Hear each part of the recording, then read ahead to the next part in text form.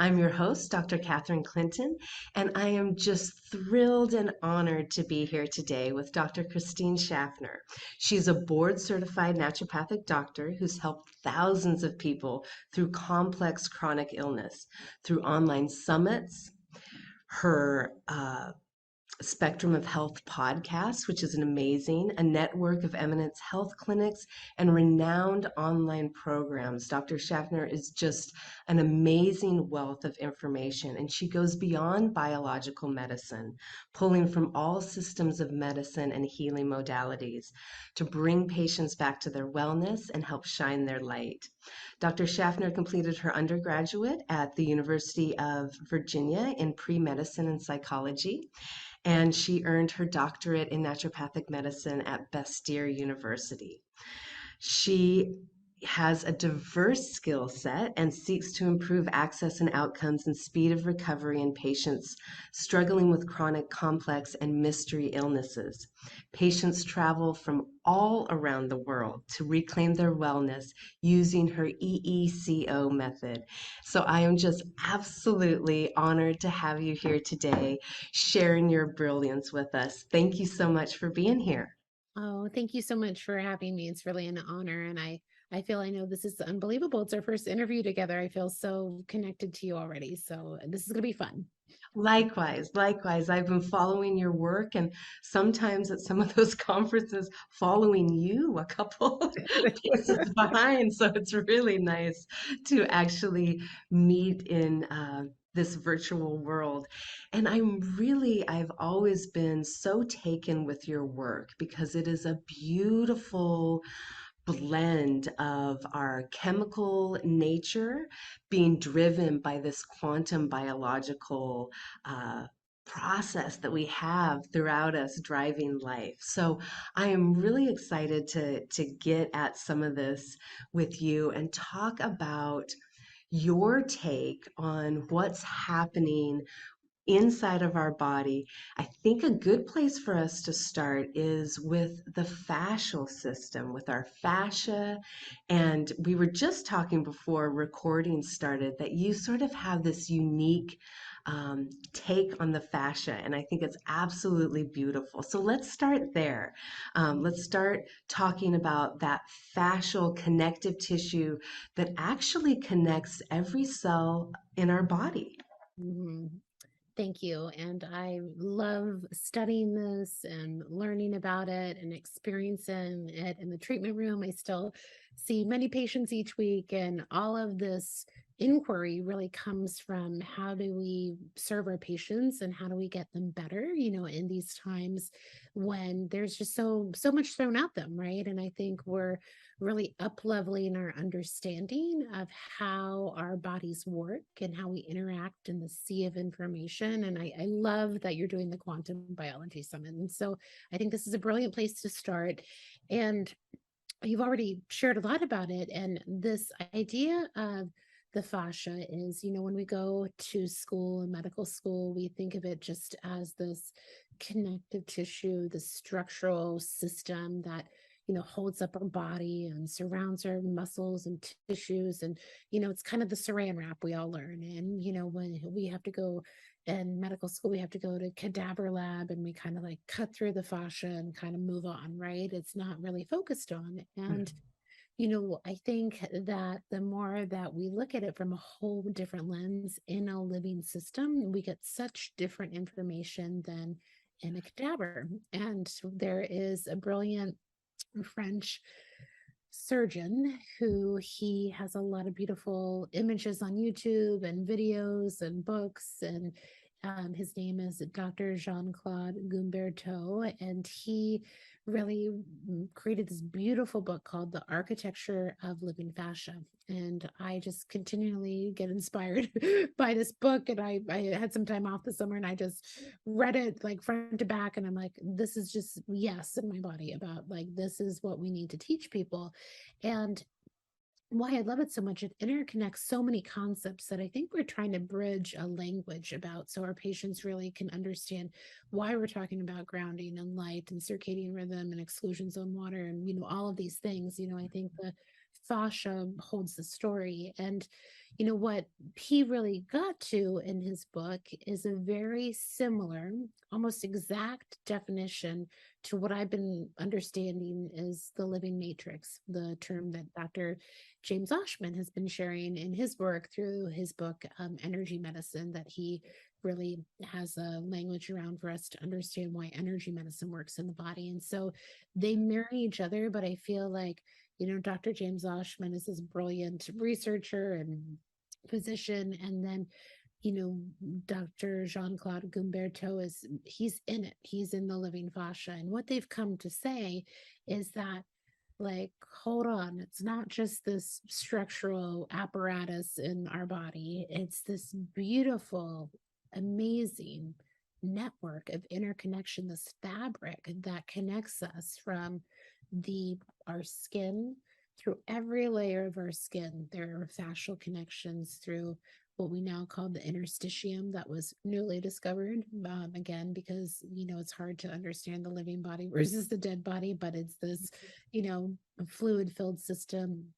that is interconnected within the fascia to all of the connective tissue surrounding our cells and our organs, that this space outside of the cell is interconnected to the intercellular environment by these structural proteins called integrins, which are part of the fascia, an extension of the fascia. And then they hook into basically the fascia inside the cell, or the microtubules in the cell and the microtubulin in the cell, and that structural communication network that makes the cell work. And then inside the cell, it doesn't just stop in the cytoplasm, it actually crosses over into the nucleus and into the machinery of transcribing our proteins and really our light communication from our DNA. And so I've just kind of tried to walk us through, there's like no separation, right? There's just this highly interconnected system where Jean-Claude is saying it's the tissue continuum. There are no empty spaces in the body. We're this highly interconnected network. And then James Oshman saying it's the living matrix. And then I know we both connect in this idea too. It's like, and I'm kind of like, okay, so we just went from the skin to our DNA, where we can affect epigenetic changes from working in this fabric. Okay, that's wild. And then, I'm studying a lot the field, right? So not only our individual unique field that Dr. Beverly Rubik has taught us so much about, the biofield that we, give it a language to. And then we have this whole, like, on the other side of that, is my understanding, and, again, there's no separation, is the unified field. And that's like, oh my gosh, this whole other exploration of, the unified field, the ether, whatever we want to call it. It's this, that we're surrounded by these fields of information and energy. And the part of quantum physics, right, is, a very interesting property that the observer has a very unique interplay and inner dynamic of what appears. And so as the doctor and the patient, the more that we have the language to observe our fascial fabric and our biofield and our unified field, we can actually work with it.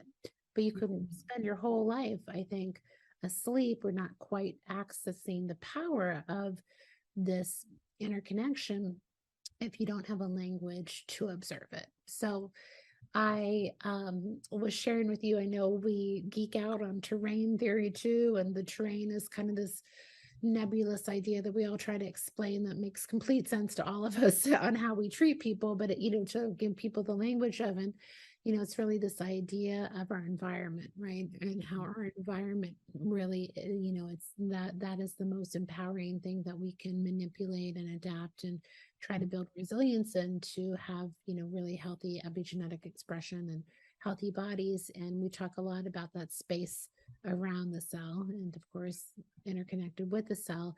And I started to thinking, I'm like, well, I think the fascia is the terrain. I think these words are synonymous. And so I just shared with you, I'm very much workshopping this idea to see if it lands or if I'm totally off. But I think that it almost gives us another way to observe terrain, to give people Yeah, just this visualization, I think, of a maybe too abstract of an idea sometimes. And again, how that, relates to everything. And so that's that's kind of where I'm noodling really right now and looking at this really beautiful interconnected fabric that unites us all. It's absolutely amazing. And I love the way you say that. I mean, I was that woman in cadaver lab. We had our goggles on, and mine would get steamed up every single time I cried. And it wasn't a crying about there are deceased people around me. It was a Mhm. crying about same thing that happened a couple years ago, seeing the way our world reacts with life and death and how we exclude life from science to understand it. And it's like, that's just absolutely mind boggling that we are studying things and excluding that life from it, and the fascial network. I love that you bring in the terrain because that's absolutely what it's doing, right?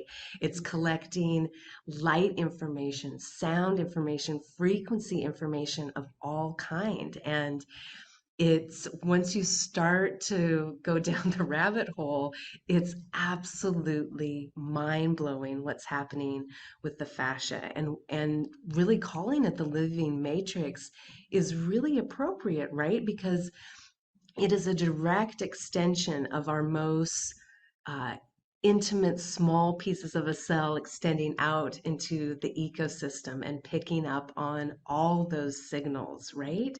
And Mhm. so it's just, I love that you're talking about this, and I love that you're noodling on it because it absolutely is such. That's why I love doing this conference or this summit, is to really break those windows open and get people thinking about it in a different way. And I love that you're talking about finding language to gap, those gaps in understanding, and helping patients and people out there realize that we really are these antennas, just bringing in information from our ecosystem. So let's talk a little bit about that and how our fascial network is interacting. Let's start first with our external environment.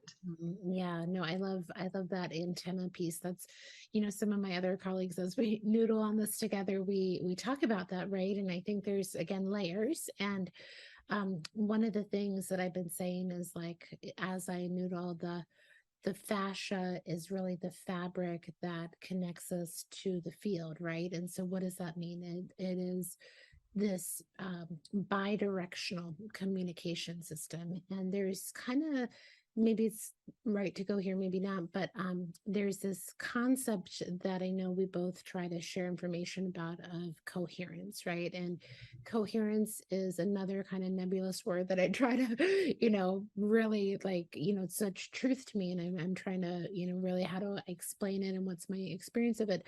And I think of this as the fascia is this communication fabric, this network, this fiber optic system that carries coherent information in the form of, you already shared, right? Light, sound, also electrons and protons and exclusion zone water and all of this. And I feel like to be the best antenna, right? One of the things that I feel our job is for our patients is like, how do we allow there to be this coherent flow of information within this fabric? Uninterrupted flow, right? Coherence is uninterrupted flow of information, right? And then you think, of course, modern life, how many interruptions are there in our flow, right? There's so many things that we're up against, right? That is creating incoherent communication. I'm happy to talk about that. But I think the more that we're in a, coherent state physically, that allows us to be a better receiver to coherent information and signals, in the field. Like there's many channels out there that we can tune into, right? And if we want to be our highest best self, living in purpose, living in flow, Not to say like we're in utopia, not going to be around stress. I trust me, I understand living through stress and how to navigate that. I think we need to be resilient and adaptable, and all of those things. And that's really what we're teaching our patients. But I think where I wanted to just share that thought is like, how do we be our best receiver, right? How do we be our best antenna so we can sense the invisible field of information, but also sense what we know? I mean, we have a nervous system in our fascia too, right? So we know just even from a very physical standpoint that we can sense our environment through this antennal system, through our skin and our Mhm. perception, and that sending information, that idea, that bidirectional, right? So we're sending out information, but we're receiving information, and there's this dynamic interplay always at place. And so I, that's kind of the first, the first thought I wanted to share. I don't know if you have anything to comment there, if you're thinking along those same lines as well. Oh, absolutely. I just start spiraling out and thinking about how our fascia is just an amazing vehicle of communication. And, you know, we can cut it into categories, like looking at how it communicates via light from the outside, via biophotons within. I mean, it's just absolutely Mm. incredible. And when we talk about coherence, I couldn't agree more. It's that collective resonance that allows for this endless flow and instantaneous, right? That quantum communication is instantaneous. So when we have um, a protein that's vibrating or oscillating at a certain frequency, it can communicate with other proteins that are in that same frequency, creating a collective coherence that is instantaneously transmitting information. And so, yeah, I absolutely agree with what you're saying. And it just makes me really, really excited because this was the stuff that we cut through in cadaver lab. This was the stuff, I mean, I had my anatomy teacher tell me that nerves couldn't regenerate. And I was like, but I have nothing to point to, but what? You Yes. know? That doesn't resonate. Yeah. Yeah. Yeah, that doesn't make Well, any yeah. sense. Yeah, and lo and behold, right, what we've learned since we've probably both been in school, it's like nerves can absolutely regenerate, and the brain isn't sterile, and there's a microbiome in the brain, and like all these things that that's why it's always maybe just interesting, to have patients have gone to certain other doctors, and it's all good. It's just I'm always amazed at like the confidence of some other doctors, that like their certainty of knowing like how everything is going to line up and how the body works and what's possible and what's not. And I think this understanding allows us to really share the truth of the unlimited potential, right? That we all, I mean, we're all going to have our path, right? And we're all going to, be on our healing journey. But I always hold space so that I'm not going to put limits on what's possible for an individual's body. Like, how can I ever do that? Like, we have our experience, but I'm always open to spontaneous healing and miracles. Like, they're like happy to witness that, so yeah, I don't know why I said all that, but I feel that, yeah, definitely our knowledge has, our knowledge and understanding continues to evolve of the body when we look in the living system. Absolutely, absolutely. And it's a funny circle, right? That it was like maybe 3 or 4 years ago, I was like, oh, I figured it out. And it's always my husband that I'm bugging, right? I'm like, it's about energy flow in the body. And he was like, yeah, like acupuncture and every ancient medical system there is. And it's like, yes. And that's what's really exciting is that the science is kind of pulling us back to what we've always intuitively known. But, that observer effect that you talked about earlier, that's really sort of that turning point is when our science is there's an objective truth out there, right? And we come and we crack at it and we extract it. And quantum physics, quantum biology tells us that the world changes depending on whether we are involved and interacting. There is not this objective truth out there. It's all interconnected and interacting at all times. So when we're talking about this, there's this big leap that a lot of us have to make because we've been entrained in this science of like, go extract the truth, rather than you are participating in this amazing living matrix, right? And everything we do is interconnected. Mm, mhm, Yeah, absolutely. mhm. And so when That we was talk, so oh, I'm oh, sorry. sorry, I did that no, I was just saying, oh, that's so beautifully said. Yeah, no, I couldn't agree more. Mhm, Yeah, it's absolutely fascinating. And so talking about accessing the biofield via our living matrix. Let's talk a little bit more about your experience with this and just share some of your brilliance about how this fascial system, how this living matrix is connected to the external biofield and energy that surrounds us. mhm. Yeah, absolutely. And so, you've done a great job educating your community on the fascia. And one of the things that we know, right, is that the fascia through this terminology called piezoelectricity. So the way that this tension, compression kind of movement, it can generate electricity, right? And so when we know about um, this is again kind of physics 101, right? So when we know there's a flow of electrons, there's an electrical field and a magnetic field that is always present. And they're kind of, if there's a magnetic field, there's an electrical field generated and vice versa. And so that alone, just kind of visualize like your body is generating electromagnetism with each movement of your tissue, right? And so that's not a far cry anymore, right? So we have that, and then we have the electromagnetic field, of course, of our heart and our brain. And, I'm sure people have talked about that on your summit. And so this idea of the biofield, it's this electromagnetic field of information and energy that we generate that surrounds us.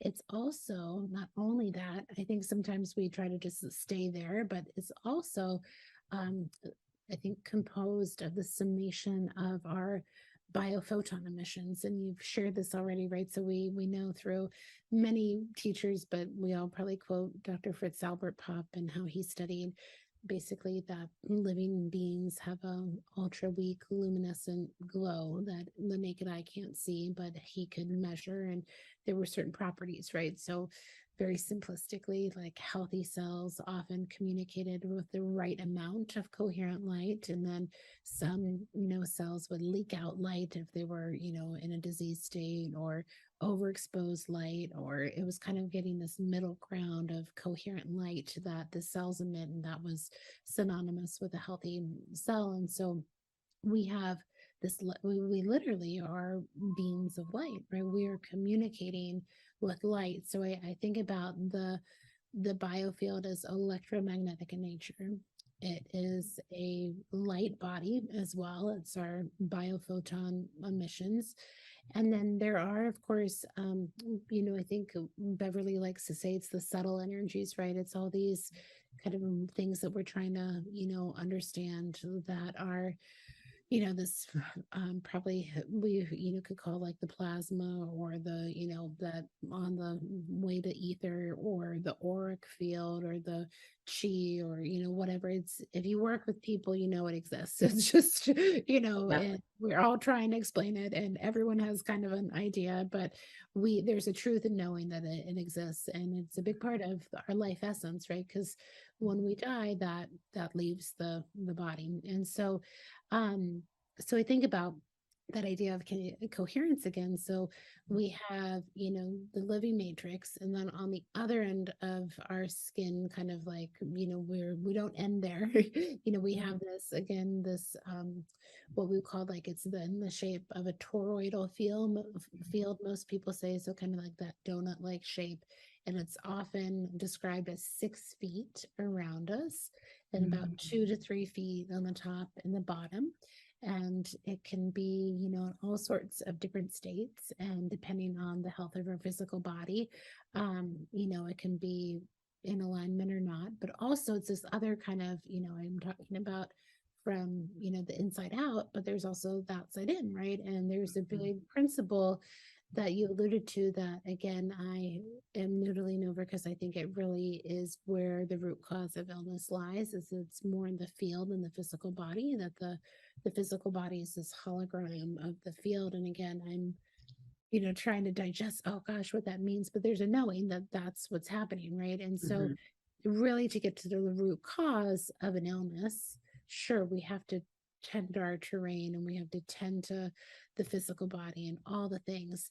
But there's this understanding that amongst many of us is that that field of information that's generated, it's also carried through, if you believe in multiple lifetimes, probably in multiple lifetimes, or just think about it's holding memory, if that's too far of a jump, right? And Mhm. those memories or those experiences or those traumas are actually held in the field, and they can create basically incoherent patterns in the field, then bidirectionally again create incoherent messages and disrupted signals to the body that then translates into interruption in the flow of information. So again, we want a coherent field around us that translates into a coherent body. So I don't know if you were following, but that was, of course you are, but I hope that made, sense to you. This the biofield is something that we all should tap into and tune into, because if we can really, have a healthy biofield and really can be connected, to the way that our bodies are wired in this way, we'll start exploring it more. And I think really layering on treatments and modalities and ways to continue to balance that field so that we have healthy living systems that we inhabit. Yeah, absolutely. Absolutely. I couldn't agree more. And that field is really informing us on a deep level, right? Like we know that our DNA makes proteins that we use to build tissues and glands and organs, Mhm, but we don't know how a cell becomes an eye cell or how a liver cell becomes a liver cell. mhm, And there's been amazing work. I mean, Luc Montagnier did amazing work showing that that essence can be trapped in water, that information can be trapped in that memory of water, and that information can be transferred. Even that classic experiment he did where the cups were completely covered, there was no way in, and that biofield energetic information was transferred in between these vesicles, these cups basically, and they're totally tight. There's nothing getting in and out of there except this field, this ether, this space, and or morphic resonance. I mean, whatever we want to call it, mhm, this guiding intelligence really informing our biology. But like you said, it's two directional. It's mhm, absolutely fascinating. Can you tell us a little bit more about how we inform the biofield? mhm. How Yeah, our yeah, absolutely. So, I think that, learning about this and just thinking about the ways that we can, create, again, this term, more coherence in the field, is that, we can, it's a dynamic process, right? And we're very empowered that there's so many things that we can do within our own access every day to make sure that we're doing biofield hygiene, right? So I love, to start like really, it's almost too simplistic, but it's so beautiful, the work of heart math, right? And this idea of, how really emotions affect, essentially the rate and rhythm of our heart. So we actually have, different rates and rhythms that can be measured when we are in different emotional states. So the very kind of beautiful gift is that our body is wired to be in states of gratitude and love and appreciation. And then they measured that. They measured the heart rate and rhythm, and had this more coherent pattern. And then when people are in fear, anxiety, frustration, it's more of a all over the place, inconsistent, you could imagine, incoherent patterns. So we don't just have heartbeats, there's a quality to it, right? And so when you think about, the heart is the strongest conductor of our biofield, essentially it's creating the most energy in the electromagnetic field around us, that we want to we want to tend to our emotions, right? And not to say that we can't feel anger or anxiety or fear, like we got to move through it. It's just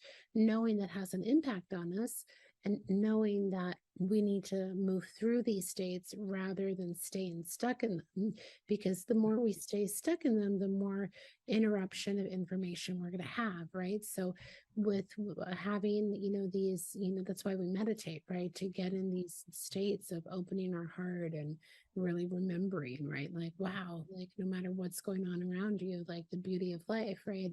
And when you get in that, state, then everything kind of falls in line, right? And they're studying this, right? They're really studying like the trickle down effect on the physical body when we're in meditation, and when we're in this state of heart brain coherence is another term that they're utilizing in heart math and then Dr. Joe Dispenza, because essentially, when there is a connection, that when our heart is in a coherent rhythm, that actually, informs the brain. We're always thinking the brain is in charge, but it's really the heart's in charge. The more I look at it, it's like, we're wired to, move from the heart, because there's way more of communication going from the heart to the brain for the brain to fall in line than the other way around. And so I think that's a big starting, point. And then, there's of course all the things that you share and educate people about, like breath work and grounding and,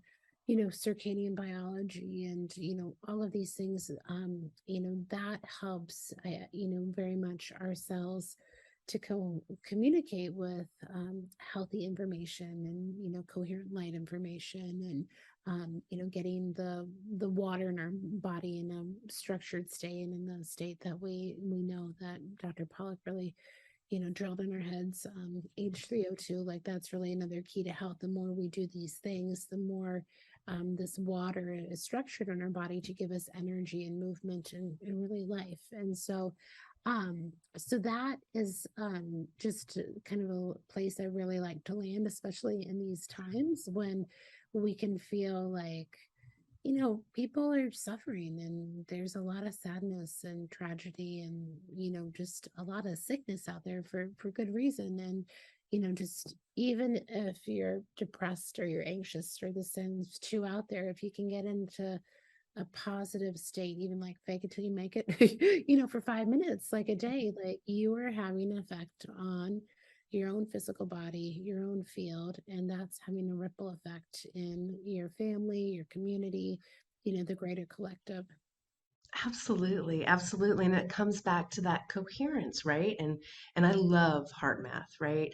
And that heart brain coherence, it really gets to this idea that they're individual, the heart and the brain are doing their own thing, but they are entrained to work collectively towards the same mission, right? And when they're coherent, that's what they're doing. And when they're decoherent, they're just doing their own thing with their headphones on, and it's not working, right? And I love that you talk about getting stuck in those emotional patterns and that affecting coherence. And I think that that's a beautiful bridge for also what we're talking about with fascia, right? Because those tropocollagen fascial tubes, Pollock's team, absolutely, and I know you talk about this all the time, it showed that that structured water is formed on the outside and the inside, really driving this communication. And when we see people get stuck in emotional states, we can actually see this in the fascial network, right?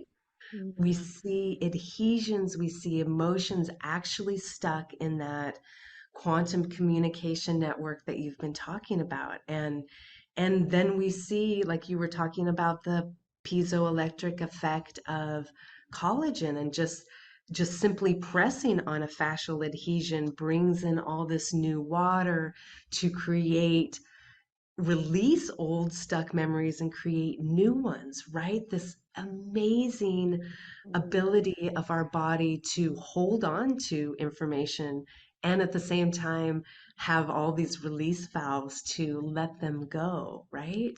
Mhm.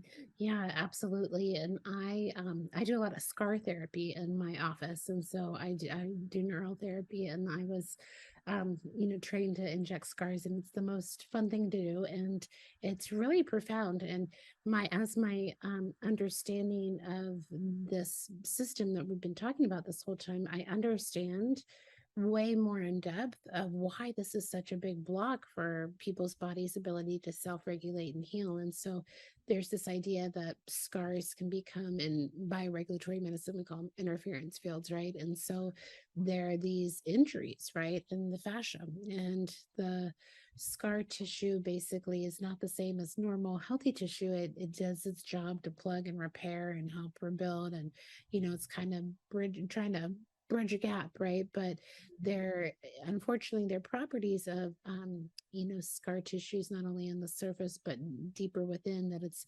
thicker, it's kind of like a little bit more uh, you know um chaotic, it's like a Mhm. traffic jam, so then that's like a big disturbance. Dr. Louisa Williams calls them islands of turbulence, right? So there's this, yeah, I know, I love that. I'm like, that makes so much sense.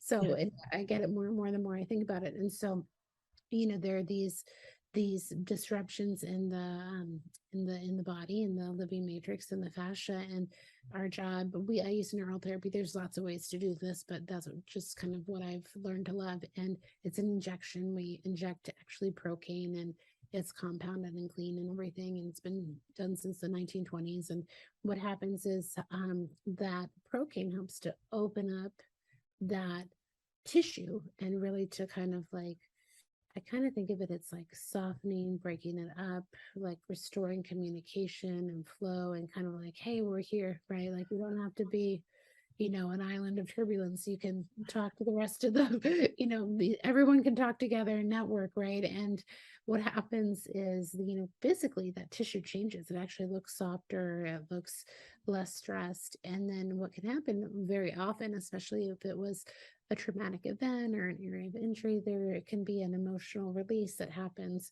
when people are on the table, and it's not premeditated. People aren't even thinking of the event often, and it's just like this visceral letting go of that memory.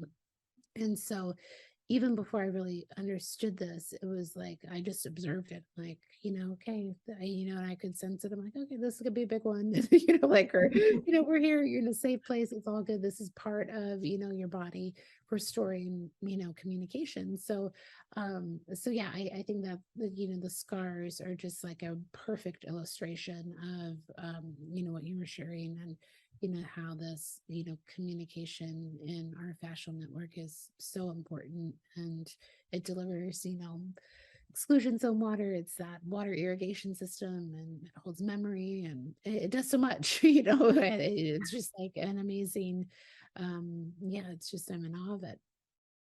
I am as well. It's just, it really blows my mind the capacity of our body to hold those emotions. And like you said, we've been observing the release of them without knowing.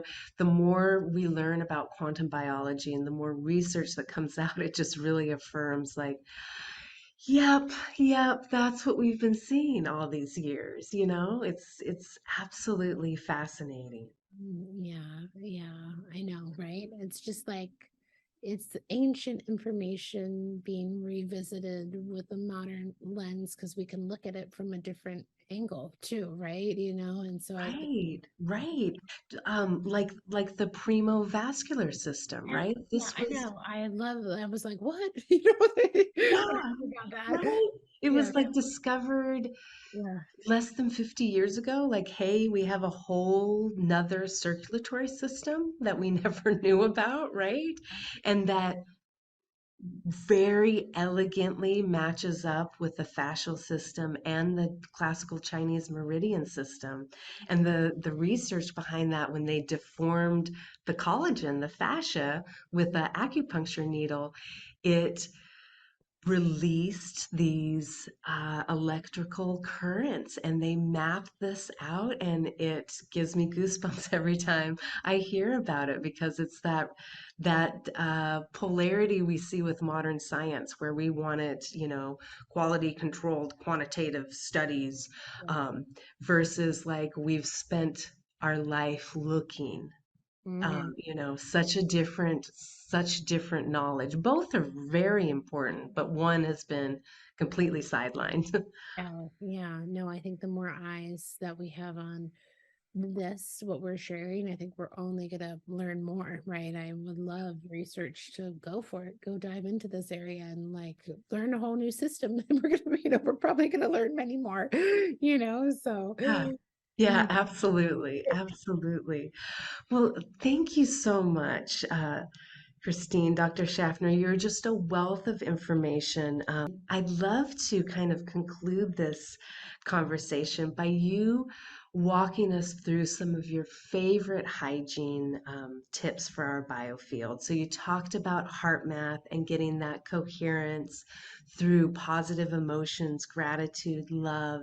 Is there anything else that we should be doing to keep up that biofield hygiene? Yeah, I think, probably all of us are saying very similar things, but I think where I'll go with this is I have been studying the role of community in healing, right? And really looking at how, of course, we want to empower individuals and we really want to make sure that people really are in tune with themselves. But this idea of leveraging, the power of a group to support and facilitating healing for another, that only has a ripple effect on um, healing yourself as well. So it's just this beautiful spiritual principle. And, of course, the work of um, Lynn McTaggart and her intention work, and Joe Dispenza has his coherent healing circles. And this has been, their prayer, right? Modern prayer, I'm sure, even, this has been around in many ways. But I just really think that, especially in these times where we're kind of been so isolated and polarized, to like really understand that there is such a power in the collective energy of community. And if you're feeling sick or down, or like you need support, like really, like you can, it's okay to lean on others to be like your energy to be boosted up. And through really focused intent and support, there's many more things are possible than just doing it alone, or just thinking you have to trudge through a protocol and just, that's the only way. We're doing some retreats, and, I have an intention circle every week that Dr. Kim Traeger runs, and just really trying to see how we can leverage community more and more to get our patients better faster. So I just urge you to be curious about that, because I think that is, again, another missing piece of the equation when we're doing this work. Oh, that's absolutely beautiful. I'm so glad that you're doing that, because that's a huge piece. That co-regulation that we have with each other is such a powerful medicine. So, Mm, thank yeah. you. Yeah. Thank you so much for joining us today. Thank you for taking your time out of your busy schedule. I know that you are a prolific speaker, and you are packed with patients, a busy practice. So, and you have so many online programs and offerings for people. So I love that you're sharing this information. I just feel kindred spirit with you. So thank you so much for joining.